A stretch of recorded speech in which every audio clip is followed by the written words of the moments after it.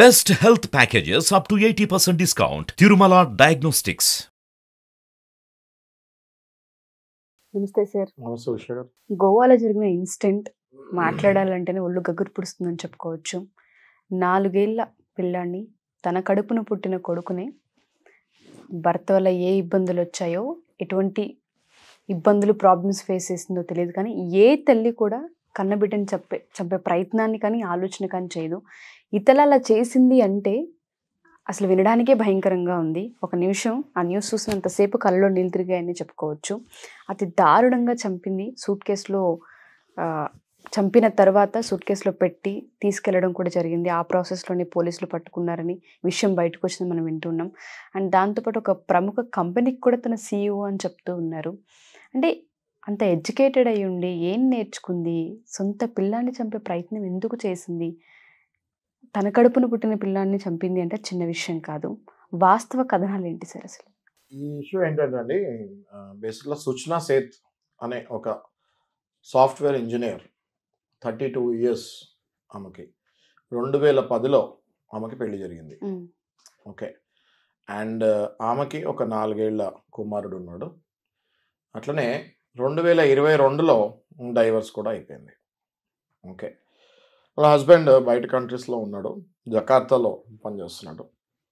ఈ అమ్మాయి డైవర్స్ అయిన తర్వాత ఎప్పుడు కూడా పెళ్ళయి డైవర్స్ అయిన తర్వాత పిల్లలు ఉంటే పిల్లల గురించి గొడవ అవుతూ ఉంటుంది.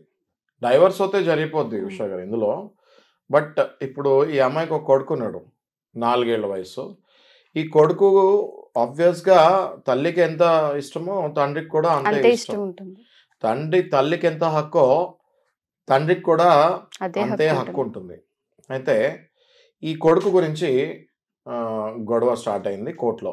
డైవర్స్ అయితే అయిపోయింది, ఇద్దరు ఒప్పుకున్నారు, మాకు ఒకళ్ళంటే ఒకళ్ళు ఇష్టం లేదు అని డైవర్స్ వచ్చేసింది. ఈ కొడుకు గురించి తండ్రి GWOP అని, guardianship and wards original petition అని ఒక యాక్ట్ ఉంటుంది. ఓకే.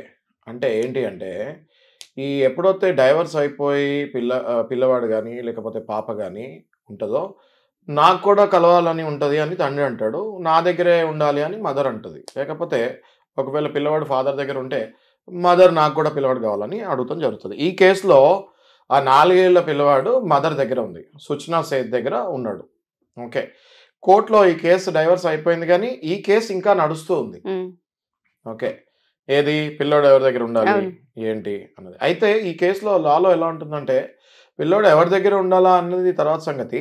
ఫస్ట్ ఇప్పుడు ఎవరి దగ్గర పిల్లోడు లేదో అట్లీస్ట్ నేను వారానికి ఒకసారి, నెలకు 2 సార్లు నేను కలవాలి అని చెప్పి పిటిషన్ వేసుకోవచ్చు.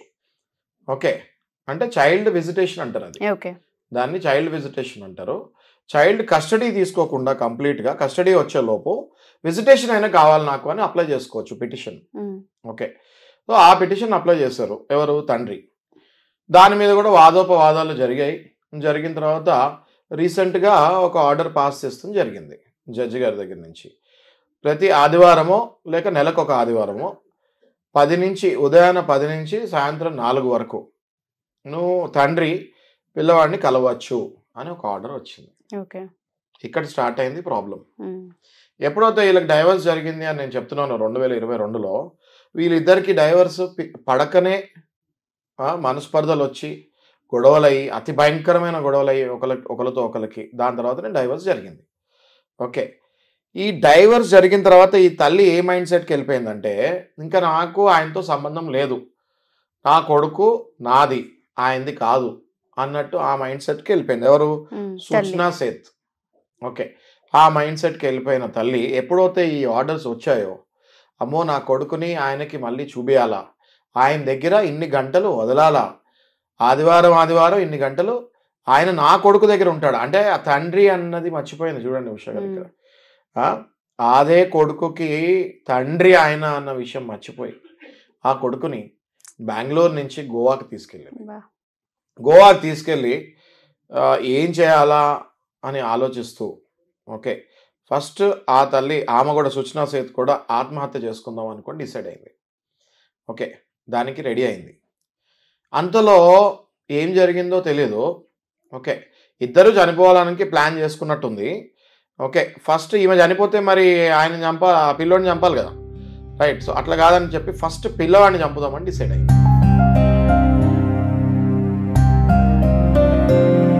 ఓకే, ఆ పసి పిల్లవాడిని, 4 ఏళ్ల పిల్లవాడిని, బుడిబుడి అడుకులు వేసే పిల్లవాడిని, మాటలు కూడా సరిగ్గా రాని పసోడిని దిండు పెట్టి చంపేసింది.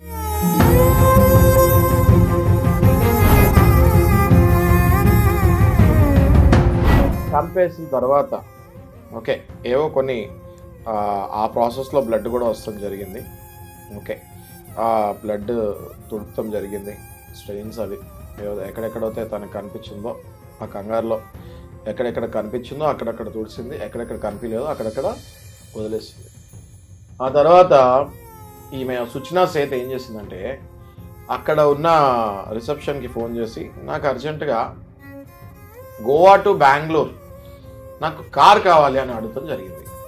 ఓకే, సో వాళ్ళు రిసెప్షన్లో ఉన్న సహజంగా గోవా టు బెంగళూరు కార్ అంతే అవుతుంది మేడం, ఫ్లైట్ కూడా అంతే అవుతుంది, మీరు ఫ్లైట్తో వెళ్ళిపోండి, సేమ్ ఎక్స్పెండిచర్ అవుతుంది, ఎందుకు మీకు కార్ ఎందుకు, చిన్నపిల్లాడు ఉన్నాడు కదా మీతోటి అని చెప్తే, లేదు నేను చెప్పింది వినండి మీరు చెప్పింది కాదు అని ఈమె దబాయిస్తాం జరిగింది. దాంతో వాళ్ళు క్యాబ్ బుక్ చేశారు. క్యాబ్ బుక్ చేసిన తర్వాత ఈమె ఒక పెద్ద లగేజ్ తీసుకొని కార్ ఎక్కుతాం జరిగింది. ఆ లగేజ్లో ఈ పిల్లవాడి మృతదేహం ఉంది. అయితే హోటల్లో waiters, Goa is a tourist place. Okay, వాళ్ళు ప్రతిదీ అబ్జర్వ్ చేస్తూ ఉంటారు. ఉషా గారు, గోవాలో మీరు గోవాకి వెళ్తున్న జరిగితే గోవాలో ఎంత టూరిజం ప్లేసో అంతే అబ్జర్వేషన్, పోలీసు వాళ్ళది కూడా చాలా గట్టి అబ్జర్వేషన్ ఉంటుంది, సెక్యూరిటీ కూడా అంతే ఉంటుంది.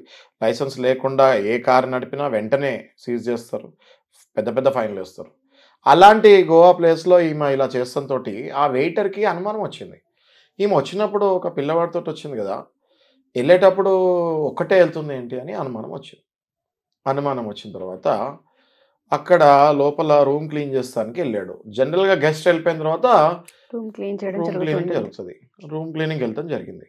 రూమ్ క్లీనింగ్కి వెళ్ళినప్పుడు అక్కడ ఒక దగ్గర రక్తం కనిపించింది. ఈమె హడావిడిలో చెప్పాను కదా మీకు, కంగారులో హడావిడిలో కొన్ని దగ్గర తుడిచింది, కొన్ని దగ్గర తుడలేదు. ఆ బ్లడ్ స్టెయిన్స్ కనిపించాయి. That could be blood vomiting అబ్బాయి చంపేసేటప్పుడు చేసుకొని ఉండొచ్చు. ఆ బ్లడ్ స్టెయిన్స్ అక్కడ ఏదైతే కనిపించాయో దాంతో వానికి వెయిటర్కి అనుమానం వచ్చింది. ఆ అనుమానం రాగానే ఇమ్మీడియట్గా మేనేజ్మెంట్కి చెప్తాం జరిగింది. మేనేజ్మెంట్ సీసీ కెమెరాలు చూసింది. సీసీ కెమెరాల్లో ఈమె వచ్చేటప్పుడు 4 years బాయ్తో వచ్చారు. అక్కడ కంపల్సరీ గోవాలో ఎక్కడైనా కూడా ఆధార్ కార్డు ఇవ్వాల్సిందే. చిన్న పిల్లవాడి దగ్గర నుంచి ఎవరు వెళ్ళినా లోపల వాళ్ళ ఆధార్ కార్డ్స్ ఇవ్వాల్సిందే. సీసీ కెమెరాలో చూసారు, రికార్డ్స్ చెక్ చేసుకున్నారు. వెళ్ళేటప్పుడు ఈ పిల్లోడు ఉన్నాడు, వచ్చేటప్పుడు ఈ పిల్లోడు లేడు. వచ్చేటప్పుడు అంత లగేజ్ లేదు, వెళ్ళేటప్పుడు చాలా పెద్ద లగేజ్ తోటి కారు ఎక్కింది. వెంటనే గోవా పోలీసులకి అనుమానం వచ్చి ఇన్వెస్టిగేషన్ స్టార్ట్ చేస్తానికి ఈ కార్ నంబర్ అవన్నీ డీటెయిల్స్ తీసుకొని బెంగళూరు పోలీసులకి ఇస్తాం జరిగింది. ఈమె బెంగళూరుకి ఇట్లా అరైవ్ అవ్వగానే ఆమె కారు చెకింగ్ చేస్తాం జరిగింది. చెకింగ్ చేసేటప్పుడు డిక్కీలో ఉన్న ఆ లగేజ్లో ఆ బాడీ బయటపడుతుంది. పోలీసు వాళ్ళు అది చూసి నిబ్బరపోయారు. ఎందుకంటే వాళ్ళకి బాడీ చూస్తాం కామనే, కానీ తల్లి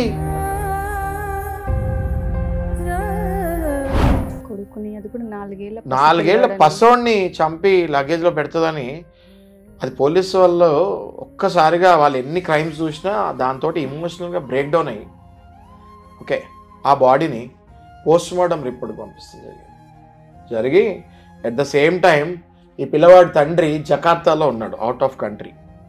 ఆయన చైల్డ్ కస్టడీ వచ్చింది కదా, సండే పిల్లవాడిని చూసుకుంటానికి టైం దొరికింది కదా, సో నా కొడుకుని నేను చూసుకోవచ్చు అని ఎలాగో టికెట్స్ బుక్ చేసుకొని బయలుదేరాడు.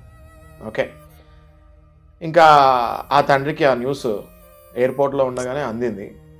ఓకే, ఆయన చైల్డ్ పర్మనెంట్ కస్టడీ లాగా అయిపోయింది. ఎందుకంటే ఆ పిల్లవాడి మృతదేహం వాళ్ళ ఫాదర్కి చేతిలో పెట్టడం జరిగింది. సో దీంతో ఆ తండ్రికి చైల్డ్ పర్మనెంట్ కస్టడీ వచ్చేసింది. ఓకే, ఈమెని దగ్గర 6 ఏళ్ళు కస్టడీకి పంపిస్తాం జరిగింది, 6 రోజులు కస్టడీకి పంపిస్తాం జరిగింది.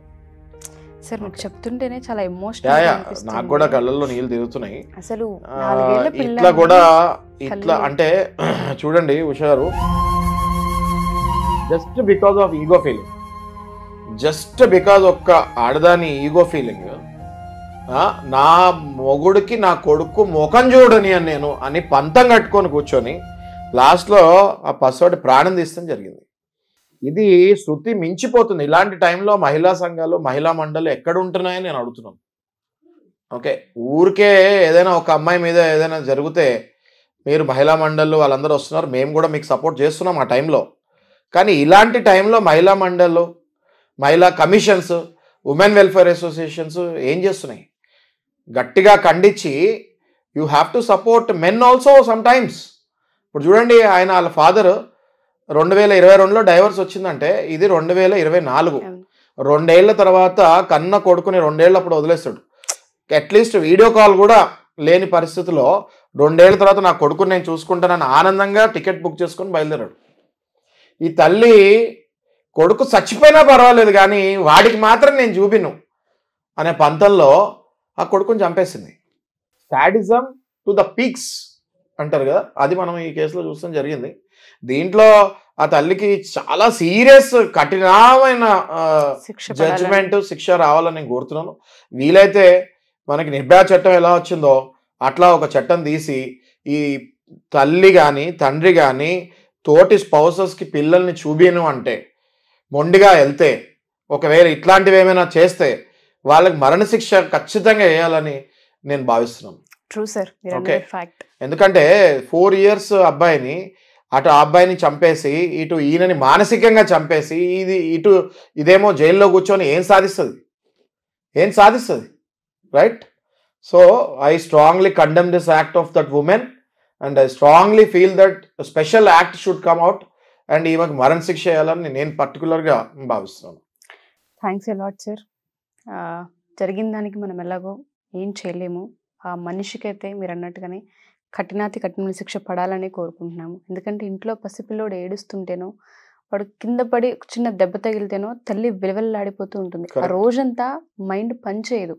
ఎన్ని పనులు చేసినా వాడికి ఎలా ఉందో వాడి ఫోకస్ అంతా అటే వెళ్తూ ఉంటుంది. మన చేతులతోనే కానీ పెనాల్టీ. ఇప్పుడు ఉష గారు మీరు మాట్లాడుతూ ఉంటే నేను జస్ట్ సబ్జెక్ట్ డెప్త్కి వెళ్తుంటే ఇప్పుడు ఇండియన్ పీనల్ కోడ్ కాస్త భారతీయ న్యాయ సంహిత అయింది. మొన్న మన అమిత్ షా గారు అది పార్లమెంట్లో పాస్ చేస్తాం జరిగింది. ఆ బిల్లు కూడా ఎఫెక్ట్ December 25th మన ప్రెసిడెంట్ ద్రౌపది గారు తను శాంక్షన్ చేస్తాం, తన అసెంట్ ఇస్తాం కూడా జరిగింది. ఈ భారతీయ న్యాయ సంహితలో ఏదైతే ఇప్పుడు సెక్షన్స్ వచ్చాయో చాలా కఠినాత్మకంగా ఉన్నాయి. ఏది ఇట్లాంటి కఠినమైన ఈ ఇన్సిడెంట్ ఇప్పుడే జరిగింది కాబట్టి ఈ ఇన్సిడెంట్కి తగ్గట్టు అందులో ఒక కొత్త అమెండ్మెంట్ తెచ్చి ఇట్లాంటివి మళ్ళీ జరగకుండా చూడాలని మా న్యాయవాదులు కోరుకుంటున్నాము. Thank you sir. Thank you so much. Thanks.